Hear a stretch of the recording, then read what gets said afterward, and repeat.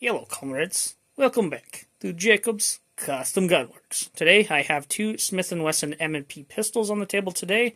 One M&P 40 and one M&P 45. These are police trade-ins that I found on CDNN, and I've actually known about them for a while, and I just decided to go ahead and pull the trigger, which I'm really, really happy that I did. So we'll go ahead and start with the 40, which is the one down here. Both of these are clear, just for those that are wondering. There you go. And there you go. So, Smith & Wesson M&P 40, these are now called 1.0s by a lot of us. That's what we have here.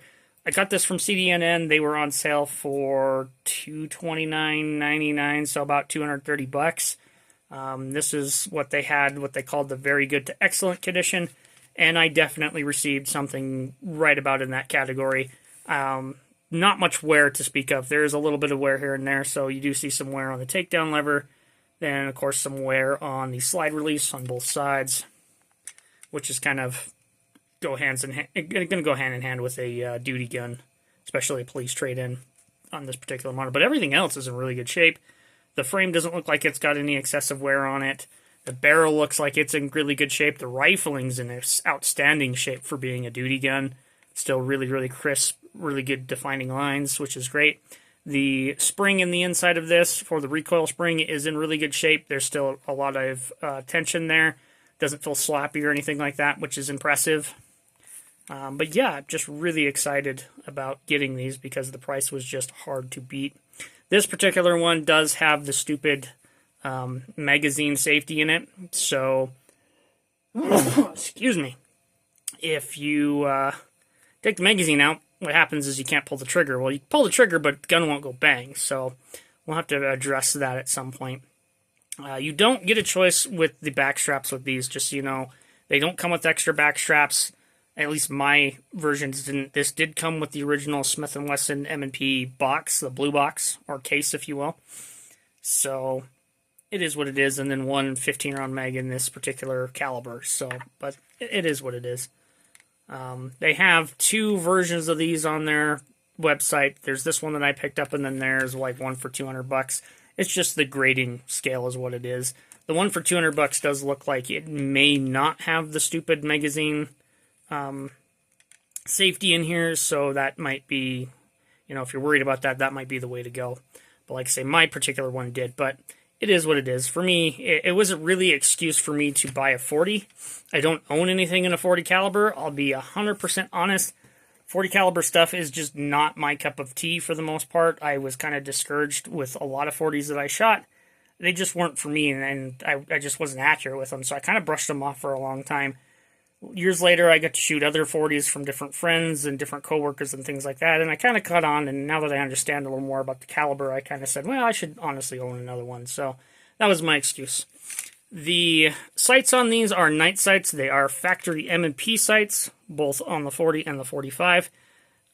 Don't expect them to be anything bright, because these are duty guns, and they've been around for a while, and they're dirty. Both of mine were really dirty. I did take a Q-tip to them and clean them up as best that I could. But I'm going to end up replacing the sights on both guns at some point just because it is a little harder to see. For now, what I'm going to do with them, they're just fine. So, yeah, that's the 40. I mean, there's lots of videos out there already on guys shooting this. So, I mean, you want to check that out, go ahead. So, we'll go ahead and close this, move on to the 45.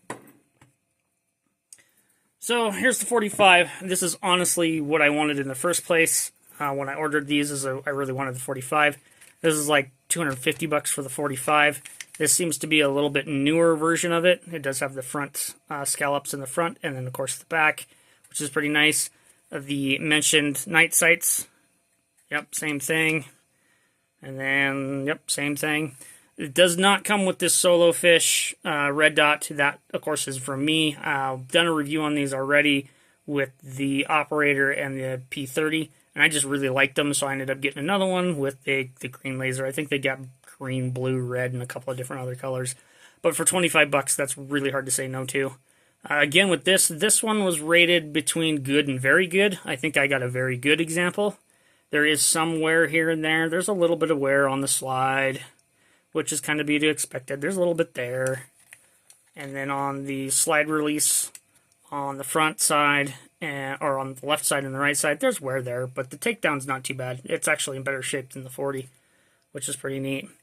But I was just really, really excited to get these because of the deal that they were on, and I really do like the 1.0s. I know some guys do and some guys don't.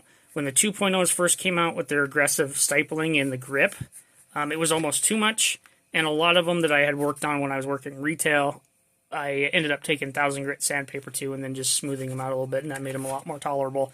The new versions of the 2.0s, that seems that Smith caught on and they went, yeah, we need to tone that down a bit, so they're quite a bit better than they used to be. So I will probably end up with another 2.0 at some point, or a 2.0 at some point, and probably a 10 millimeter or something like that. But for now, I got these 1.0s to play with. I do intend to have this particular gun as a suppressor host. This is what I wanted it for 45. 45 is very easy to suppress, and that's why I bought this. And it was an excuse to own a double stack 45 caliber gun, one of my favorite calibers in a handgun ever made. This particular one does not have the stupid magazine safety in it, which is awesome. I really do like that. But I will probably look at doing a Silencer Co. threaded barrel. They make the one for these, which is great. Switch these sights out. I haven't decided whether or not I want to put suppressor sight heights or just factory sight heights on them. They will definitely be a Teridium of some kind. I'm looking at maybe doing the Silencer Co. Osprey just simply for the fact that I won't have to switch out a bunch of sights on the guns. All of my guns to, get them ready for a suppressor, which is a giant pain in the ass. So we'll cross that bridge when we get to it. We'll probably get an Apex trigger kit as well. The factory ones are okay, but we can definitely make this better, and I'm used to shooting 1911s. With the 40, I honestly don't know what I'm going to do with this. Definitely going to do sights at some point. I've toyed around with getting a threaded barrel. There's not a lot of threaded 40 caliber stuff out there. I did find one for the M&P 40, but it has to be made, and it takes like 4 to 6 weeks for them to make it, so we'll cross that bridge when I get to it. Don't know if I'm going to do the Apex trigger kit on this or not. I don't really plan to do a whole lot with this gun other than just shoot it just for fun, so we'll see. We'll cross that bridge when we get to it. Anyway, that's what I got for you today. Until next time, comrades.